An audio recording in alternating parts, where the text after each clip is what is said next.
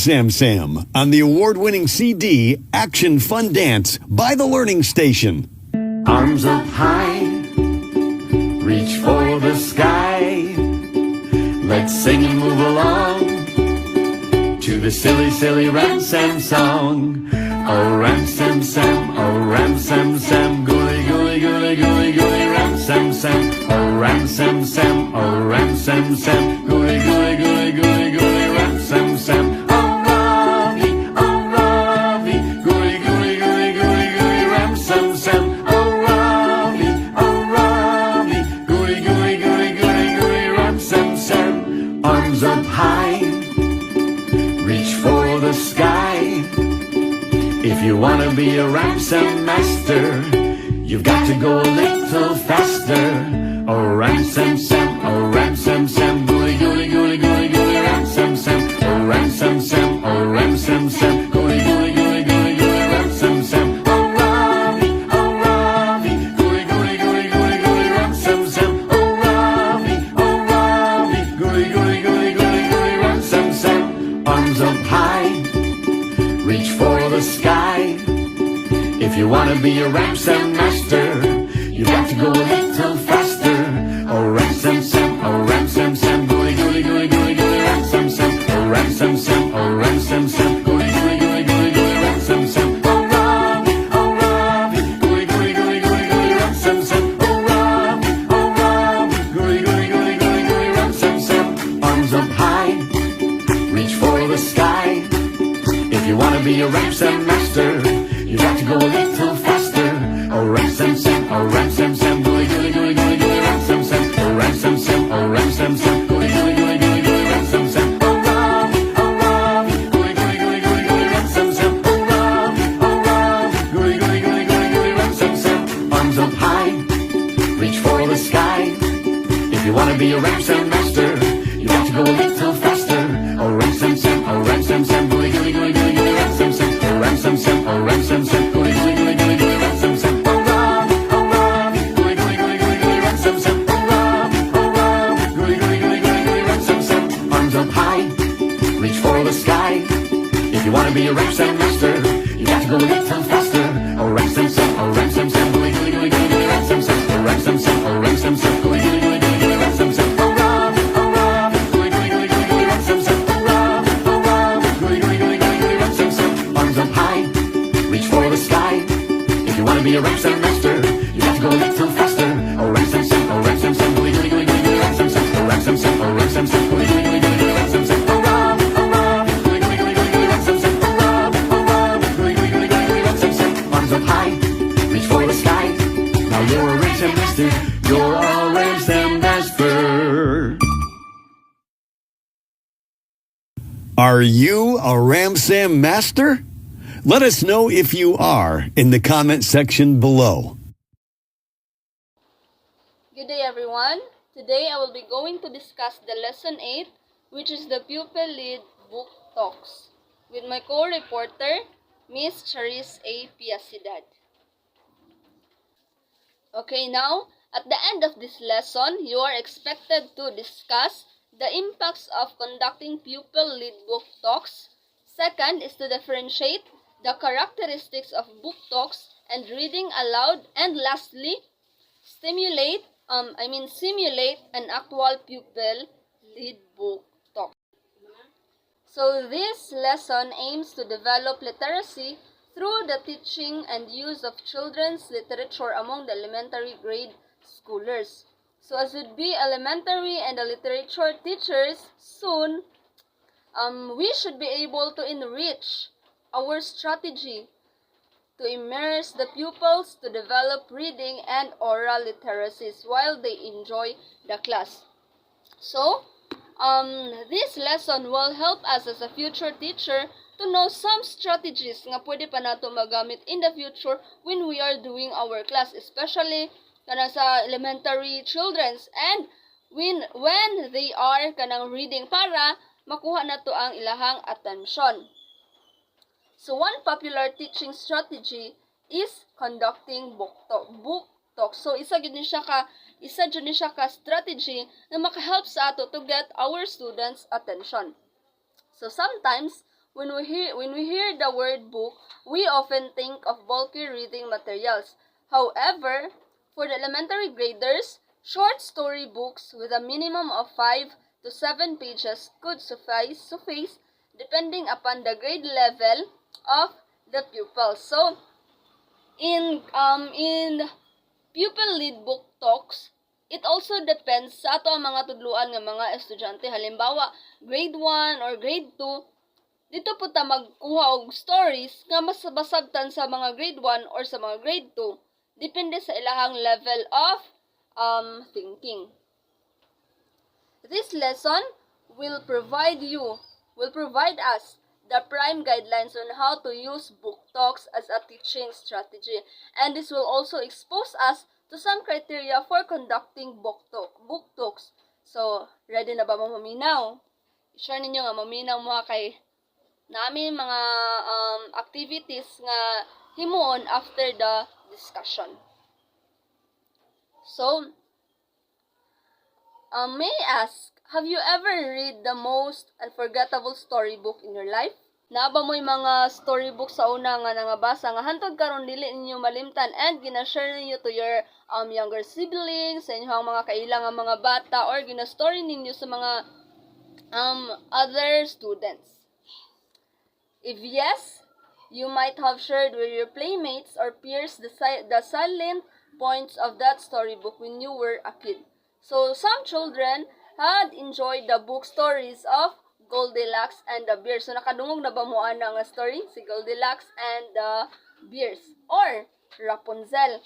So, I'm sure kanang most sa inyo hadere, especially sa mga female, nakalakuan na kanang nakadungog na bitaw or nakabasa na sa story ni Rapunzel.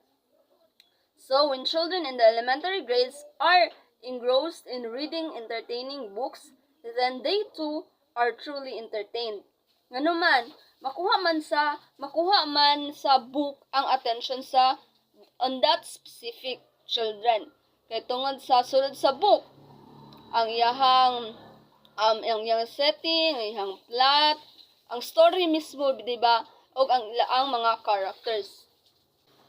Would-be teachers like us someday use this situation to enhance our pupils' love for children's literature and their oral and reading literacies. So this will also help the children's to mas mainganyo pa sila sa pagbasa, and then makahelp bitaw sa ilaha through their oral communications kay mas mabuild man ang ilahang confidence. One teaching strategy to interfere literature and literacy using this context is the use of the book talks. This module aims to develop literacy through teaching and use of children's literature among the elementary grade schoolers. So as what I have said earlier, this lesson will help us and will develop the teaching literacy of our children's in literature. What is book talks? So according to Atwell 2007, book talks kuno are brief enthusiastic oral description.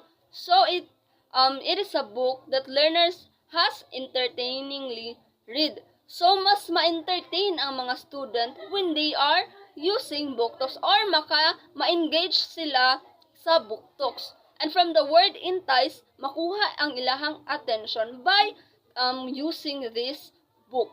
Nganuman, because in book talks, naay ka ng mga plot, naay mga characters na mas makakuha og attention sa mga estudyante when they are reading. For example, sa Cinderella, it is a short story lang, di ba? So, sa Cinderella, daghang maakit bitaw nga mga bata. Kay ganahan sila sa story ni Cinderella, a princess, na bitaw, with a gown, na mga plot dito. So, essentially, doing book talks is not creating a book report and sharing it before the class. Book talks are not also primarily used to prove to the teacher that the pupil has read a book. Mailer, 2009. Aronson 2012 also noted that book talks are used to familiarize the audience with a specific book in just a short period, particularly in 2 to 3 minutes.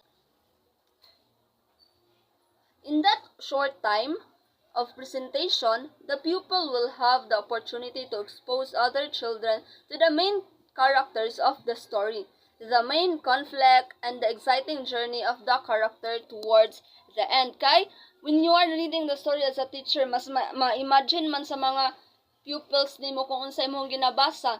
For example, kanang si Rapunzel, gina-imagine nila ilang self bitaw as the bida, as the main character of that story mismo. Gina-imagine po nila unsay nangahitabo sulod sa story. So di ba mas makuha gyud nato ang kanang ang attention sa ato ang mga estudyante. And this is a best strategy nga maka-help sa ato para mas mapaminaw ta nila. So aside from that, ma-engage nato atong mga estudyante. Mas mabutang nila dito, mabutang silang una-una or mag-sharing sila with their classmates. Hala, unsay nahitabo ato ni Rapunzel, ni Cinderella? Unsay ending kaha sa story? Happy ba, sad ba, or tragic ba ang mga nahitabo? Okay, now let's proceed to the following are the benefits of conducting book talks in the elementary classes. So these are the benefits nga pwede nato mag-gain in using book talks sa ato ang mga elementary classes or elementary students.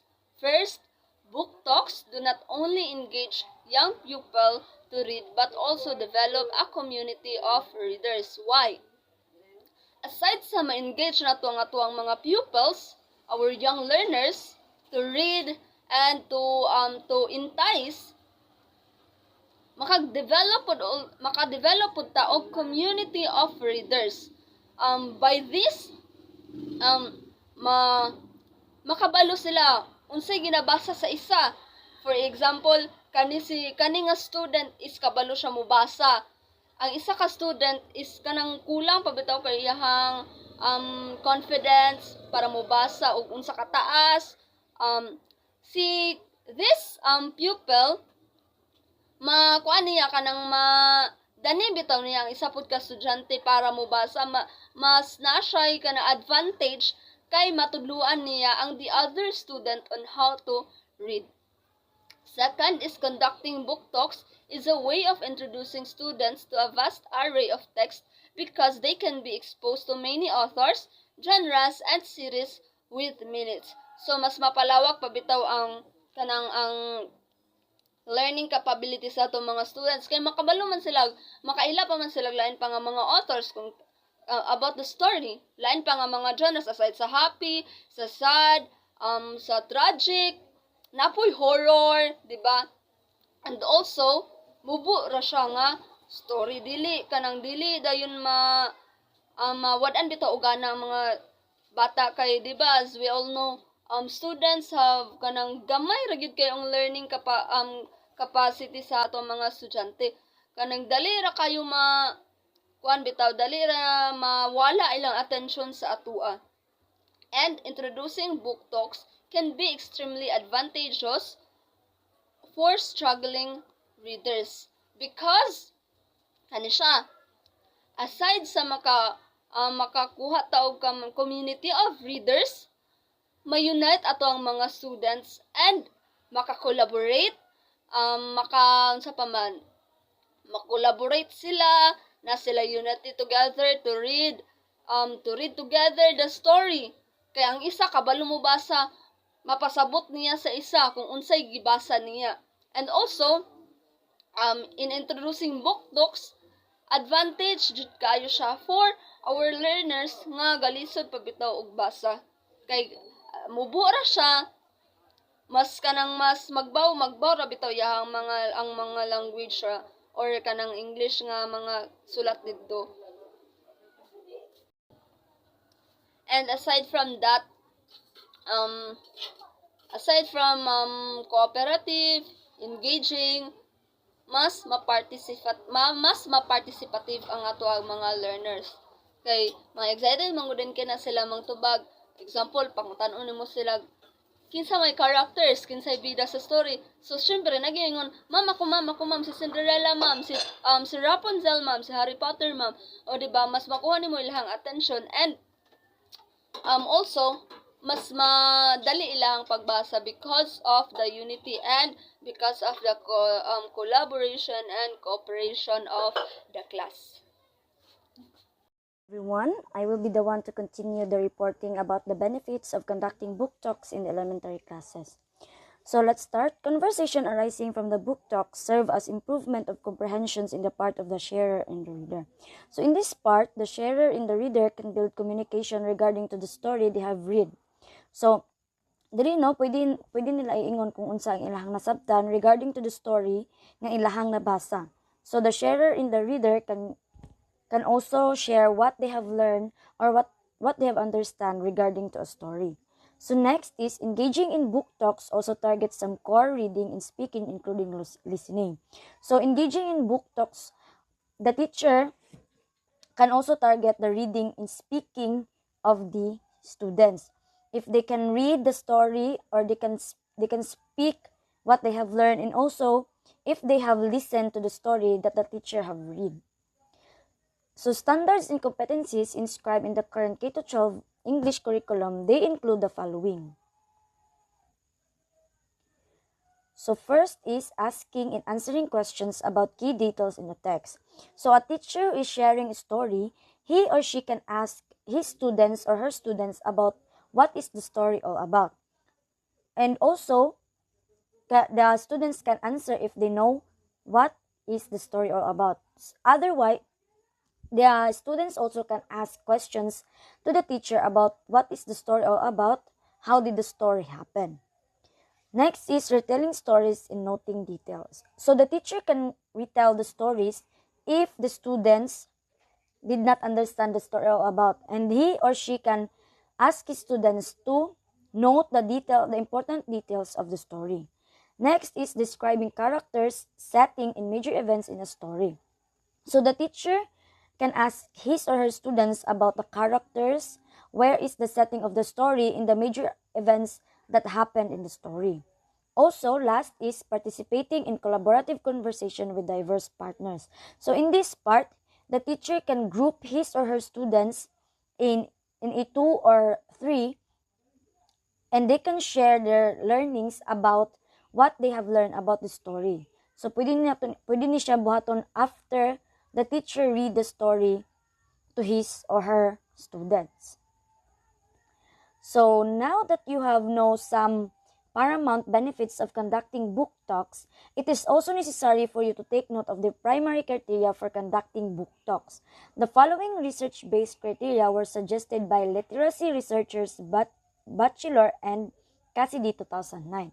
So when the teacher asks his or her students to make book talk, so we have natay criteria nga dapat nato sundon when the students when the students will make book talks. So, or the teacher will read book talks to his or her students. So first is we have the energy. It focuses on the expression of sincerity and spirit. So the speaker should express sincere or jubilant energy. So when the teacher is speaking, so dapat no nga naagid siya energy, dili siya kung mag-read siya story, dapat dili gid siya magpaloyo-luya, kay kung magpaloyo-luya siya, so dili ganahan ang iyang mga estudyante nga maminaw sa iyaha, kay bati man kay iyang pag kuan sa story kanang pag-ingon niya sa story. Next is summary. Avoid giving away too much. Retelling is succinct without revealing too much, yet summarizes the theme, plot, and characters. So when reading a story to your students, so dapat dili na gid mo ingon tanan nga nahitabo. So dapat dito gid mo i-focus kung unsa gid ang mas importante nga mahibalan sa mga estudyante sa story. So di na dapat nimo daghan pa kay kanang paligoy-ligoy. So dapat direct to the point kung unsa ba gid ang kailangan nga mahibalan sa mga estudyante. Next is passage. Provide a meaty taste of the text. The selected passage has an impact and will draw students in without revealing spoilers. So kung mag-ingon kag story sa imong mga estudyante, so dili dapat nimo sila dapat nga kanang direct gid bitaw, dili na nimo nga kanang mamili-mili pa ka og kanang unsa imong basahon sa imong estudyante. Dapat tanan nimo basahon pero direct to the point kung unsa dapat mahibalaan sa mga estudyante. Next is connections. Make it matter. A speaker notes the storybook's relevance to self, others, and or the society. So when we say connection, dapat kung magbasa ka, dili lang ka nga kanang magbasa nga na tabunan nimo ay imong now. So dapat kung mag-read kag story, dapat gyud magtan-aw-tan-aw kasi mga estudyante, kanang mag-build ka og connection kay para while you are reading the story, kanang kung naa ka sa part nga kanang extreme, so ma-feel pod sa estudyante ang nga kanang imong ginabasa extreme gyud na ka sa extreme. So next is flow. Prepare your conversation. Discussion flow should be like a conversation. So when we say flow, so dapat no magngutana-ngutana kasi mga estudyante nga. So unsa gitong giingon for example, unsay giingon ni rabbit kay kangaroo ingana. So dapat gyud i-prepare nimo ang imong self for conversation towards your students. Next is time. Keep it short and sweet. Meets requirements of 5 minutes or less. So when reading a book talks to your students, so dapat dili gid mo maabtan og tag 10 minutes kay boring naman pud kay na. So dapat yun kung mag-read kag story sa imong mga estudyante, dapat short siya and kanang bitaw kanang madali ra nimo sila ma-catch ang ilang bitong gusto gid nila nga madungog.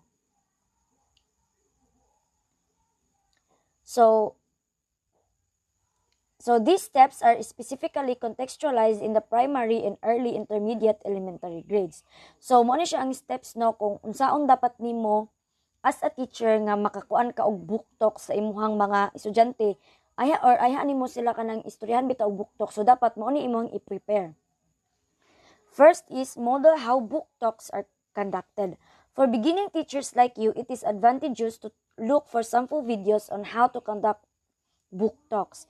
Before immersing the pupils to the book talks, you can download video clips of actual book talks in elementary classes and let the pupil watch. So for the beginner teacher, so ayha bitaw nimo ingon sila kung unsa ang book talk. So dapat naa sila idea daan nga ay ingani day ang book talks. Ikaw pud nga teacher dapat dili ka largo-largo nga mag-ingon ka og kanang story sa imong estudyante nga wala sila kabalo kung nga nag-story day ka. So dapat yun mangita sa kadaan og kanang mga imong dapat ipakita sila like kung unsaon paghimo sa book talks. So daghan man kay ma-download sa YouTube. So pwede ka dito mangita kung unsa imuhang pwede ka nang ipakuan nimo sa mga estudyante para naa sila idea kung unsaon paghimo ang book talks. Next is scaffold their early attempts to conduct book talks. Prepare the pupils towards their big day. You may first conduct a read aloud session using a concise storybooks. Explain how to prepare for a book talk by giving them ways to elicit in salient details they need. Providing an anchor chart, doing a pair work, or providing them a copy of the book may all be good way to scaffold them in this part.